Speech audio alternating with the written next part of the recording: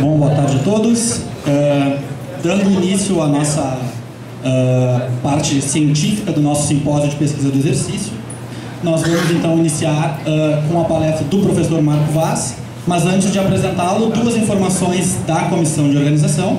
A primeira é que para os inscritos, circulem nos espaços com o crachá, para que facilite a nossa organização. E, em segundo lugar, agradecer ao CEMI, o Centro de Memória do Esporte, pela exposição, e em nome da professora Silvana, pela grande exposição que está acontecendo na sala de biomecânica. Iniciando, então, a nossa parte científica, gostaria de chamar o professor Marco Aurélio Vaz para proferir sua palestra. Sua palestra intitulada Plasticidade Neuromuscular e Exercício Físico na Saúde e na Doença. Professor Marco, então, licenciado em Educação Física por essa escola, doutor em Cinesiologia e pós-doutor em Biomecânica Músculo-Esquelética pela Universidade de Calgary, atual presidente da Sociedade Brasileira de Biomecânica, sendo professor dessa escola.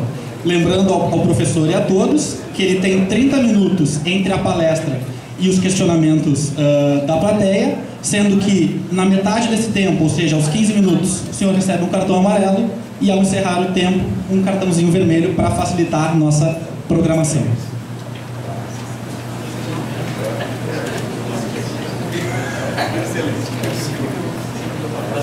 Boa tarde a todos.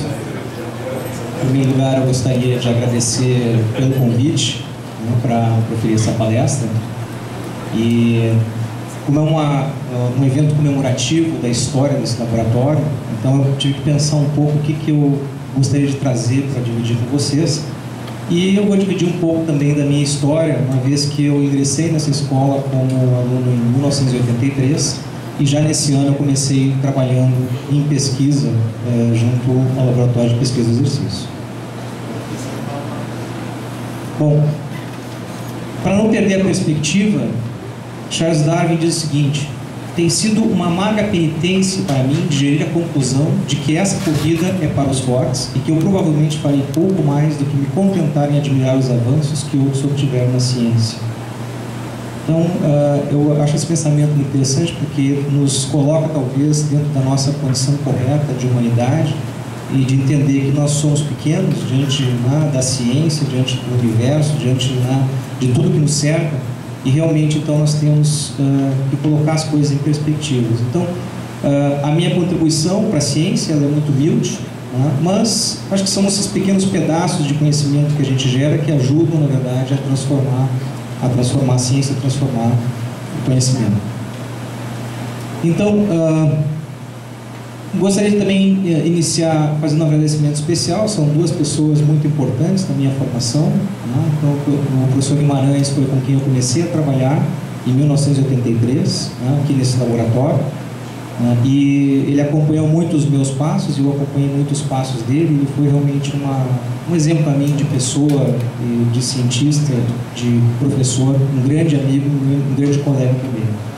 E o professor Walter Herzog, que está chegando quinta-feira aqui em Porto Alegre, no nosso simpósio internacional de biomecânica do esporte, e foi com quem eu realmente me aprofundei na área da ciência, e com quem eu muito aprendi e continuo aprendendo ainda trabalhando em colaboração. Eu dividi praticamente a minha palestra em 4 tópicos. Falar muito rapidamente sobre a questão, já que o título da palestra tem a ver com exercício físico, saúde e doença. Falar um pouquinho sobre a nossa capacidade de adaptação filogenética, a capacidade de adaptação ontogenética e o que a gente pode esperar, talvez, em relação a essa parte de adaptação para o futuro. Então, quando a gente fala em exercício, parece existir, na verdade, uma linha muito tênue entre o que o exercício ele pode gerar. O exercício pode gerar tanto a saúde, quanto ele pode gerar, na verdade, a doença. Então, dependendo da forma como eu realizo essa atividade física pode me levar tanto a uma condição de saúde, quanto pode me levar a uma condição em que eu acabo tendo problemas.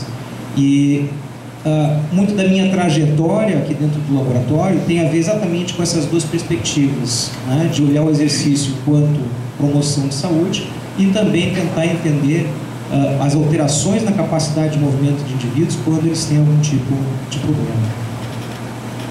Mas para que a gente possa entender, na verdade, de que maneira o exercício físico ele pode levar a essas duas condições, né, eu costumo sempre me reportar à nossa plasticidade filogenética. Então, nós iniciamos, na verdade, nos adaptando há muito tempo atrás. E Darwin diz o seguinte: o homem, com suas nobres qualidades, ainda carrega no corpo a marca indelével de sua origem modesta. O que ele quer dizer com isso? Se nós olharmos a nossa origem, na verdade, nós iniciamos como um ser unicelular e aos poucos nos transformamos em seres pluricelulares. Se nós olharmos diferentes animais nos estágios mais iniciais do desenvolvimento embrionário, é muito difícil conseguir diferenciar quem é quem. Somente a partir, então, da plasticidade, da adaptação que aconteceu ao longo de milhares de anos, é que a gente depois começa a ver, ao final do desenvolvimento embrionário, as características de diferenciação que acontecem ao longo desse processo. Nós não somos diferentes, né? Então nós também passamos pelo mesmo processo. Começamos humildemente como seres unicelulares e passamos ao longo do processo a nos diferenciarmos, a estruturar tecidos que nos conferem então a capacidade de movimento. Os antropologistas consideram, na verdade, que o homem é o produto de 3 adaptações fundamentais. Primeiro, um grande cérebro nos confere uma série de possibilidades. Segundo aspecto, mãos manipulativas que nos permitem trabalhar e modificar o ambiente que nos serve. E, em terceiro lugar, a nossa postura, que é uma postura ereta e que nos permite também olhar o mundo de uma outra maneira, olhar o mundo sob uma diferente perspectiva, e isso também trouxe uma complexidade muito grande, uma modificação anatômica numa série de estruturas do nosso organismo. Vejam que isso não foi uma questão rápida, aconteceu, na verdade, durante muito tempo. 350 milhões de anos de evolução, 150 milhões de anos surgiram os primeiros mamíferos, há 70 milhões de anos atrás os mamíferos quadrúpedes, e há 30 milhões de anos os primeiros hominídeos começaram a deixar as savanas. Então realmente foi um processo de adaptação que aconteceu ao longo de um tempo muito grande. Quando a gente olha, por exemplo, a estrutura desses indivíduos, então se a gente olha pura e simplesmente o esqueleto que restou, né, desses diferentes animais, a gente consegue ver realmente que houve uma adaptação imensa, porque os animais são muito diferentes na sua estrutura mecânica, na sua estrutura esquelética. E quando a gente olha, começamos a olhar aqueles que nos são mais próximos, a gente ainda assim percebe que nós temos uma série de diferenças com uma série dos animais que tiveram ancestrais comuns conosco. Quando a gente olha então a questão do cérebro grande, a gente começa a olhar as adaptações a nível do cérebro, Então aqui a gente tem, muito interessante ver como existe um aumento no número de células nervosas, esse processo chamado de encefalização, e a gente pode observar que esse processo também aqui em escala, isso aqui é a escala mostrando 1 centímetro, mostrando o que seria então o cérebro de um rato e como há um aumento então nas dimensões desse sistema nervoso. Quando a gente transfere isso, esse processo de encefalização então para os hominídeos, a gente vê que há realmente um aumento na caixa craniana, há uma adaptação então no aumento no número de neurônios, em função muito provavelmente da complexidade das ações desses seres para sobreviver em função às mudanças do meio. O mais interessante ainda é que quando a gente olha o nosso próprio desenvolvimento ontogenético, o nosso desenvolvimento embrionário, a gente observa que a gente retrata todos aqueles passos de outros animais, ou seja, a gente começa lá com um cérebro sem circunvoluções, liso, com um número pequeno de neurônios, e depois o aumento, na verdade, no número de neurônios, que cresceu muito mais do que a capacidade da caixa craniana, fez com que houvesse a formação dessas circunvoluções ogivas. E isso nos dá, então, uma complexidade muito maior, um número de neurônios muito grande, são trilhões de conexões nervosas. Então, a dificuldade até hoje de entender o funcionamento desse sistema permanece em função da complexidade dele. Bom, mas isso nos reporta então agora a nossa capacidade adaptativa, e aqui é que na verdade centra-se, na verdade, a maior parte do que eu fiz nesses últimos 20 anos. no fundo, entender a capacidade adaptativa, a plasticidade, nos remete à nossa condição unicelular. Por quê? Porque toda e qualquer adaptação, ela acontece, na verdade, nas nossas células. Tudo que acontece, na verdade, em termos de mudança na estrutura, passa, né, pela nossa questão genética e pela síntese de proteínas. E isso é que vai determinar, na verdade, se eu vou ter uma hipertrofia, se eu vou ter uma hipotrofia, né? Que tipo de adaptação, na verdade, eu vou ter no meu organismo, vai depender exatamente da maneira como eu vou atuar sobre o código genético e do tipo de proteínas que vão ser geradas a partir dessa demanda específica que eu coloco sobre o meu organismo. São dois os modelos adaptativos que nós trabalhamos aqui no nosso grupo, né? Eu costumo chamar então de um modelo de uso aumentado. Nós trabalhamos tanto com exercício, quanto com treinamento, quanto com estimulação elétrica neuromuscular. E existem modelos de uso reduzido. Nós trabalhamos já com mobilização, com lesão, com envelhecimento. Estamos trabalhando agora com algumas doenças. Não trabalhamos ainda com microgravidade nem com repouso do leito. Então são duas áreas que a gente não aborda ainda dentro do laboratório. Não precisa de muita evidência científica para entender que o nosso organismo ele se adapta com facilidade. Então, se nós olharmos os diferentes esportistas, nós vamos ver, na verdade, que existe uma adaptação, né, na estrutura desses indivíduos na prática do esporte de alto rendimento. Mas também existem evidências, né, de que o uso reduzido, o modelo de uso reduzido, ele também vai provocar uma série, né, de problemas no nosso organismo, ou mesmo, né, o esporte de alto rendimento pode levar ao uso reduzido em função, né, de uma lesão. O sedentarismo, a obesidade, né, são algumas das questões que nos levam a reduzir a capacidade de movimento, né, imobilização, paralisia cerebral, câncer, são algumas das doenças, né, o que nós pretendemos estudar também no futuro, né, o efeito de doenças hepáticas sobre a capacidade e a estrutura do sistema muscular.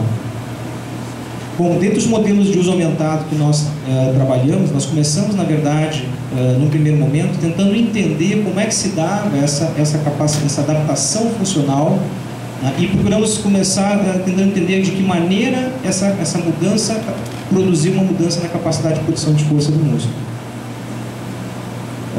O primeiro estudo que eu fiz foi um estudo comparativo aqui de um dos meus mestrandos, o Gilberto. Nós trabalhamos comparando atletas de alto rendimento, mais especificamente atletas do esporte internacional, com indivíduos sedentários, e tentando exatamente entender se existia uma diferença na capacidade de produção de força, velocidade de contração e potência muscular, comparando esses atletas de alto rendimento com indivíduos saudáveis.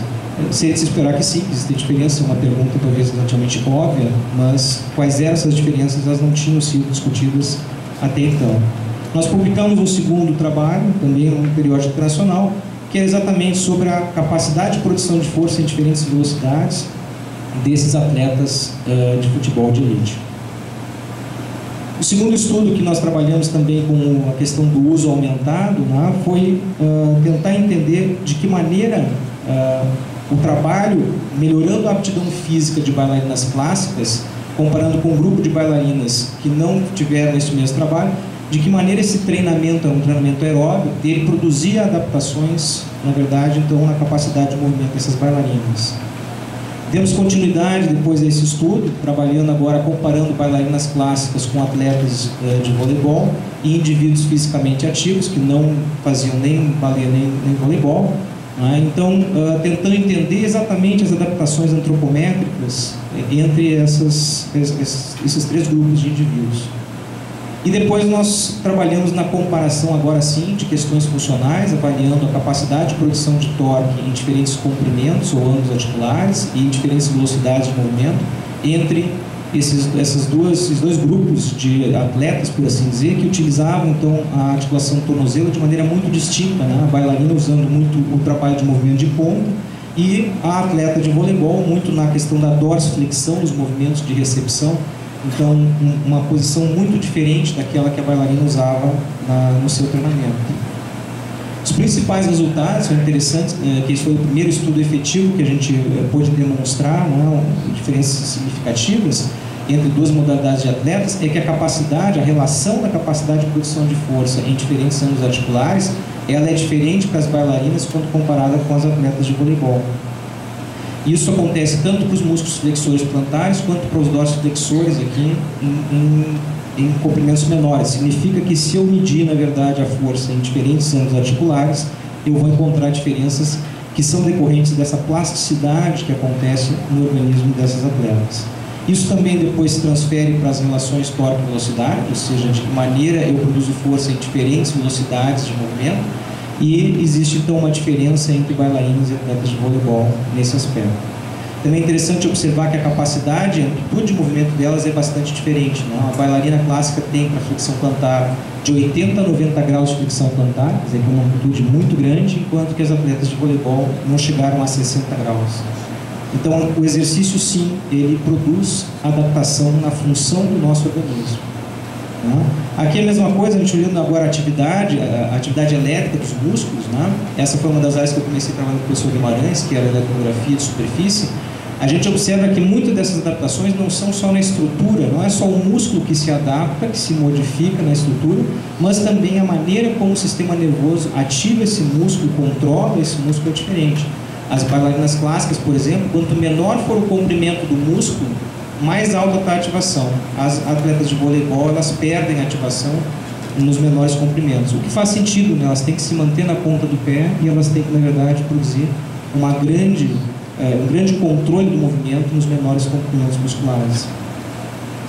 Uma segunda área que nós trabalhamos, então, foi em relação ao exercício excêntrico. São vários estudos que a gente vem fazendo sobre o exercício excêntrico. O primeiro deles, então, foi com outra mestranda minha, a Clarice Rocha. Nós publicamos um artigo de revisão sobre o exercício excêntrico. O exercício excêntrico é aquele, então, que aumenta o comprimento das fibras musculares e é um dos que sobrecarrega mais a nossa articulação e os músculos. Então, consequentemente, nós trabalhamos, tem uma série de estudos que nós fizemos tentando entender de que maneira isso acontecia, essa adaptação acontecia.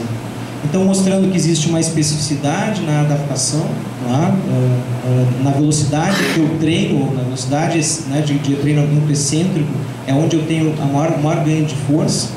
Depois nós continuamos trabalhando dentro desse estudo com uma série de ramificações de artigos que foram publicados aí pelo meu grupo de pesquisa sobre o exercício excêntrico.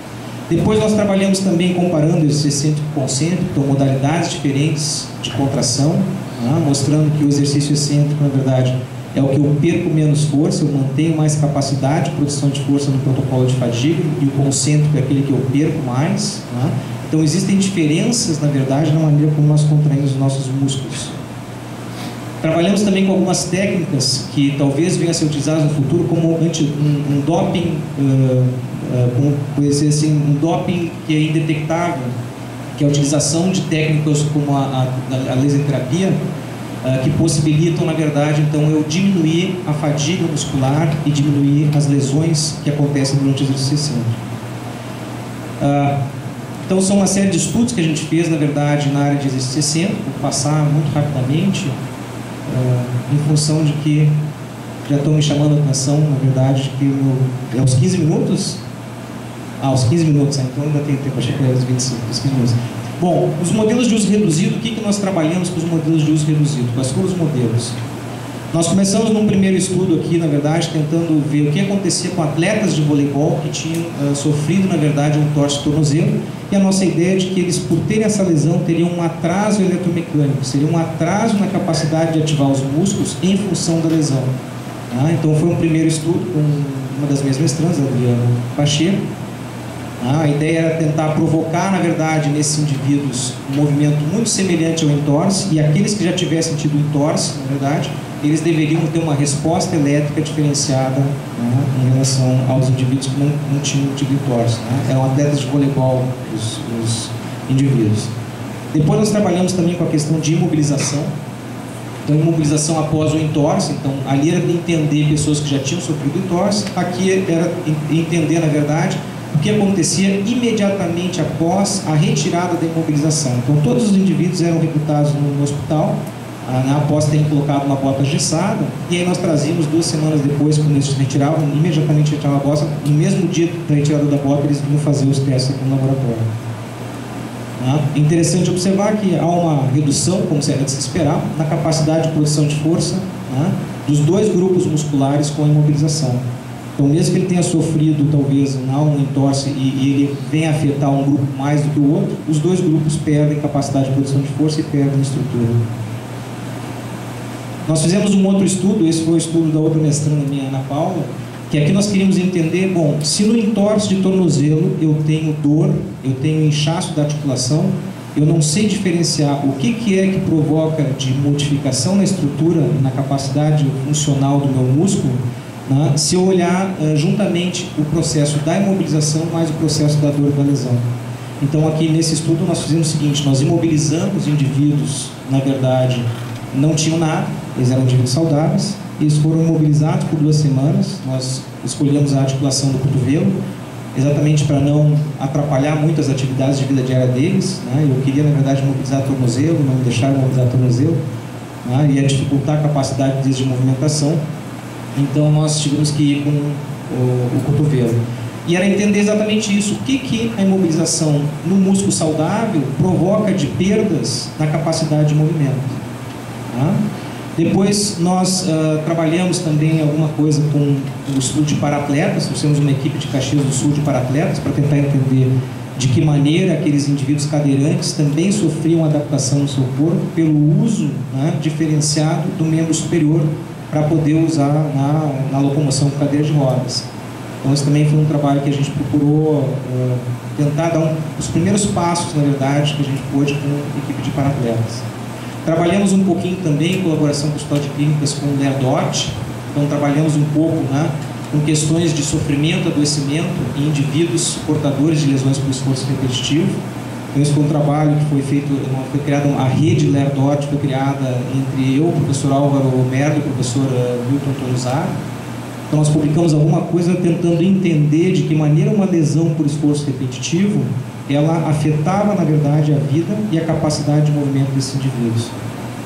Também trabalhamos tentando entender síndrome do túnel do carpo, né? Então foi um dos trabalhos também publicados por uma das minhas mestrandas, Ana Paula Tropizar.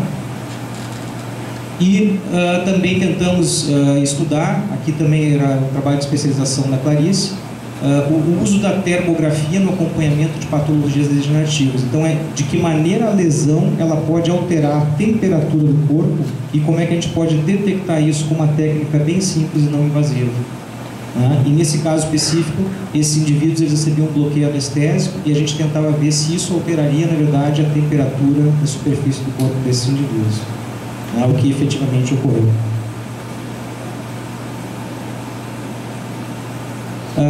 Depois, dando continuidade nessa parte de lesão, esse é um projeto ainda em andamento, né, que a gente tem trabalhado muito com a questão do reparo de indivíduos que tenham sofrido a ruptura total do tendão de Aquiles. Então aqui é a questão dos atletas de fim de semana. 80% dos nossos indivíduos são atletas de fim de semana, né, que só fazem a atividade física uma vez na semana e, consequentemente, acabam rompendo seu tendão de Aquiles. Então nós temos esse um trabalho em colaboração com a Pontifícia Universidade Católica do Rio Grande do Sul, e envolve uma equipe bastante grande. Nós temos médico, ortopedista, nós temos uma equipe de fisioterapeutas grandes e mais alguns estudantes aqui do nosso grupo. É interessante observar, na verdade, que quando nós trabalhamos aqui com questões de 2 tipos de trabalho de reabilitação, ou seja, protocolos de fisioterapia distintos. Esse grupo tradicional só imobiliza o segmento, esse aqui não, ele recebe imobilização depois da 2ª semana de pós-operatório. E a gente pode observar, né, se olhar aqui antes e após, na verdade, perdão, esse é o lado saudável e esse aqui é o lado que foi imobilizado. Nos 2 grupos, dá para ver que a arquitetura do músculo, usando a ultrassonografia, mostra que o lado afetado no grupo que sofreu só a imobilização tem uma redução no comprimento das suas fibras, uma alteração nesse ângulo de inclinação, enquanto que aqui nos 2 lados do grupo que recebeu a fisioterapia depois da 2ª semana de pós-operatório, a gente observa que o padrão na estrutura do músculo é muito parecido. Então também foi uma das primeiras experiências que a gente teve para mostrar o uso de uma técnica de imagem para mostrar os efeitos de um protocolo de exercícios sistematizado na recuperação de indivíduos com lesão. Mais interessante ainda é que quando a gente olha as propriedades mecânicas do tendão, dá para ver que o grupo, na verdade, que faz o protocolo acelerado, ele tem uma melhora, na verdade, nas propriedades mecânicas do tendão. Então, há uma adaptação, na verdade, que ela é de todo o sistema de movimento, não é só no músculo, mas acontecem alterações no tendão, nos ossos, nas cartilagens. Tá? Esse foi um dos trabalhos publicados já desse trabalho, né, de ruptura de Aquiles. Outra área que a gente vem trabalhando com essa parte de uso reduzido é a questão da toxina botulínica tipo A. A gente tem utilizado ela, começamos tentando produzir uma mudança na capacidade de movimento, injetando em animais, produzindo uma redução do uso do quadríceps desses animais, para entender isso como um modelo de geração de um processo degenerativo na articulação do joelho. E hoje estamos tentando entender o uso dessa toxina agora no tratamento da espasticidade. Então, essa é uma área que a gente já vem trabalhando com o modelo animal, né, em colaboração com a Universidade de Calgary, e nós temos também, vamos começar a trabalhar agora com indivíduos pós-AVC e crianças com paralisia cerebral. Né? Então, tem uma série de estudos que já foram publicados nessa área sobre o uso dessa toxina, e então são trabalhos relacionados mais, né, com a compreensão e a tentativa de ajudar essas pessoas que têm a paralisia cerebral ou que eventualmente têm a espasticidade. E o último estudo que eu queria mostrar tem a ver com o envelhecimento, né? Essa também é uma área que a gente vem trabalhando já há praticamente uma década, e a gente tem também uma série de trabalhos mostrando os efeitos do envelhecimento. Esse é um trabalho que foi feito em colaboração com a Universidade de Colônia, em que o meu doutorando foi fazer o doutorado de sanduíche, e ele utilizou lá um mini trampolim com exercício para tentar ver as mudanças que acontecia no equilíbrio dinâmico desses idosos. Então tem uma série de trabalhos que a gente vem fazendo exatamente para entender o que acontece com esses pacientes com osteoartrite ou idosos, né, de uma maneira geral. Então, não vou poder entrar em detalhes de cada um deles. Estimulação elétrica artificial a gente tem utilizado exatamente para tratar a osteoartrite desses indivíduos. Né? Então a gente tem, na verdade, tentado entender primeiro como é que é a estimulação elétrica artificial, tentando entender as propriedades da estimulação, e temos então tentar entender os efeitos dessa estimulação elétrica, tanto para tratar a dor, como também para tratar questões, na verdade, de aumento de produção de força nos indivíduos. Bom, e a plasticidade do futuro? O que a gente pode esperar, na verdade, para essa área adaptativa, né, sob uma perspectiva futurista? Tem algumas pessoas que dizem que o ser humano não é um ser acabado, que ele é um ser em desenvolvimento e em evolução. Né? Então, o que nós aprendemos até agora? Que o nosso corpo está em constante transformação, que nós somos agentes dessa transformação, nós definimos novas metodologias, né, de movimento, testamos essas metodologias, construímos novas tecnologias também aqui no nosso grupo de pesquisa, e o nosso objetivo exatamente é tentar ajudar os agentes de saúde a trabalhar na melhora da qualidade de vida dos indivíduos. Esse é o objetivo por trás do nosso grupo envolvido com a plasticidade neuromuscular. Se nós vamos nos tornar uma espécie diferente, não sei, talvez, quem sabe, né? Mas o que nós queremos, na verdade, trabalhar nesse momento, nós vamos começar a nos concentrar, é tentar entender na nossa própria espécie, né, os efeitos de uma série de doenças, como, né, câncer, doenças que afetam outros órgãos na nossa capacidade de movimento. Então esse é o nosso desafio para o futuro, é isso que a gente pretende trabalhar, né, nos próximos anos. Não poderia terminar sem antes agradecer uma série de pessoas, professores, colaboradores, estudantes, funcionários dessa e de outras instituições, né, os órgãos de fomento, colaborações internacionais, né, que a gente vem desenvolvendo. Estamos iniciando uma série de novas colaborações internacionais. Colaborações no Brasil, são muitas as instituições também com que a gente vem trabalhando hoje em dia em colaboração. E as nossas, então, agências de fomento e também agências de fomento do governo canadense que tem nos apoiado também. E o meu grupo de pesquisa, então, os meus estudantes, que têm sido os meus braços na execução dessa tarefa. É isso. Obrigado, pessoal.